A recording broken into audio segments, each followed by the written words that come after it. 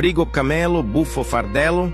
Nel centro della città, tra macchine e calore, un frigo camelo cammina con amore. Con stivali giganti e passo lento, ha perso la gioia, ha perso il momento.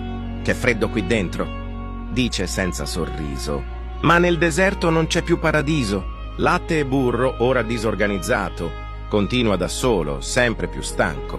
Per Roma, Parigi, Madrid e Milano, tutti dicono che tristezza, che disperazione.